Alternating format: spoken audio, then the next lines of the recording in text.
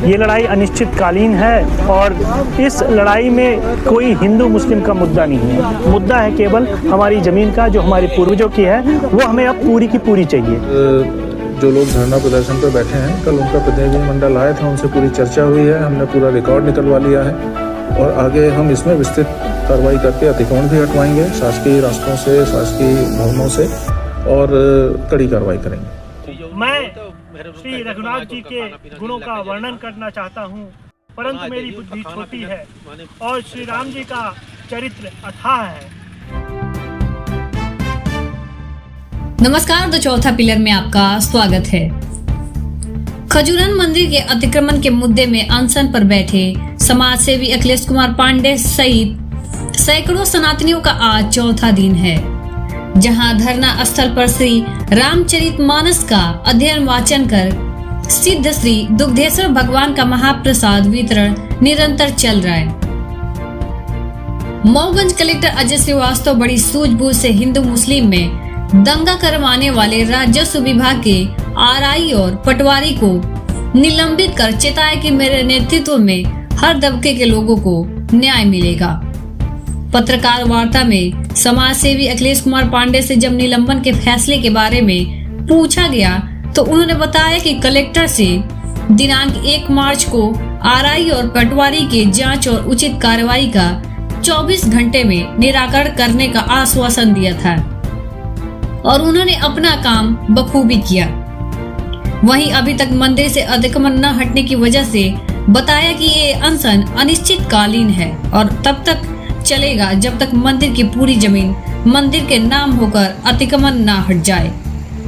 मऊगंज से राकेश गौतम की खास रिपोर्ट। आप कलेक्टर सामने बैठे हैं, कितने दिन से धरना में बैठे हैं आप?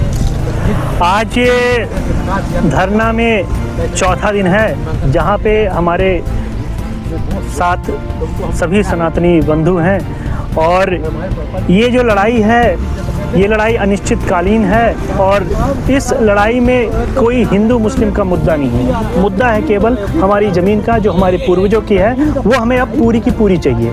और इसी के तहत आज चौथे दिन में हमने श्री रामचरितमानस का पाठ प्रारंभ कर दिया है और ये तब तक चलेगा।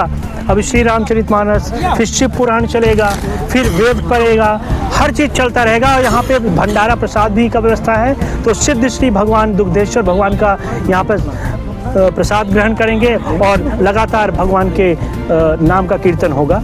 तो ये बताइए, प्रशासन क्या किया अभी तक? कुछ किया? जी, हमारी 1 मार्च को कलेक्टर महोदय जी से बात हुई थी और उनको मैंने सारे दस्तावेज दिखाए थे, तो उन्होंने हमें आश्वासन दिया था कि हम संबंधित जो अधिकारी हैं, आरआई पटवारी, उनकी जांच करके कार्रवाई करेंगे और उन्होंने बखूबी अपना काम किया। उनके लिए हम बहुत बहुत धन्यवाद कहते हैं कि आपने हमारी पीड़ा को समझा।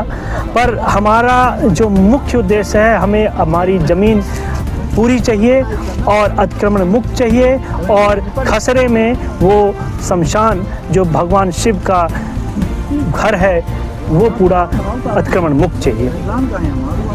प्रशासन कुछ आश्वासन दिया? प्रशासन अभी कुछ जानकारी नहीं आ रही है कि क्या कर रहे हैं। शायद उन्होंने जैसे बात किया था तो बोले कि हम इस पे कार्य कर रहे हैं और अतिक्रमण मुक्त करेंगे, इसी हफ्ते करेंगे, और ऐसा आश्वासन दिया है। तो मुझे विश्वास है कलेक्टर महोदय से, मोहन की सरकार से और यहाँ के जनप्रतिनिधियों से कि आप सब सहयोग करेंगे। ये जो धरना है, ये जो प्रदर्शन है, ये मेरा नहीं है, ये हर व्यक्ति का है, हिंदू मुस्लिम का भी है। अगर उनके हक का कोई चीज़ चला गया है तो वो भी लड़ सकते हैं। ये हक की लड़ाई है, इसको आप गलत रास्ते में न ले जाइए। ये सुनने में आ रहा है कि पटवारी आरआई को सस्पेंड कर दिए हैं।